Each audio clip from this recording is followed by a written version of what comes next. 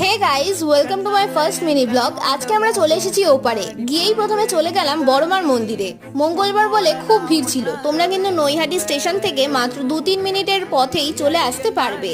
আশেপাশে প্রচুর নিরামিষ কচুরি আর মিষ্টির দোকান আছে, অতএব পুজো সেরে এখানেই উপোসটা ভেঙে নেওয়া যাবে।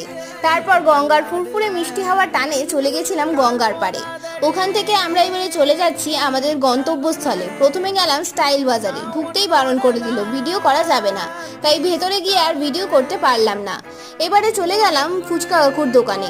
এখানে কিন্তু আমার মা বাবা বিগত 23 বছর ধরে আসে। আমরাও যখন ওপারে আসি এনার কাছেই ফুচকা খেয়ে যাই। ওখানে তেমন কিছু পছন্দ না হওয়ায় এবারে চলে এলাম এম বাজারে। এম বাজার থেকে বেরোতেই দেখি প্রচন্ড ঝগড়া হচ্ছে। বিষয়টা জানি না কি, তবে আমি কিন্তু বেশ ভালোই মজা নিচ্ছিলাম। রাকুল প্রীতির পোস্টার দেখে মিষ্টি দই নিয়ে অবশেষে বাড়ির দিকে রওনা দিলাম। কি কিনলাম সেটা কিন্তু পরের ব্লগে তোমরা দেখতেই পাবে।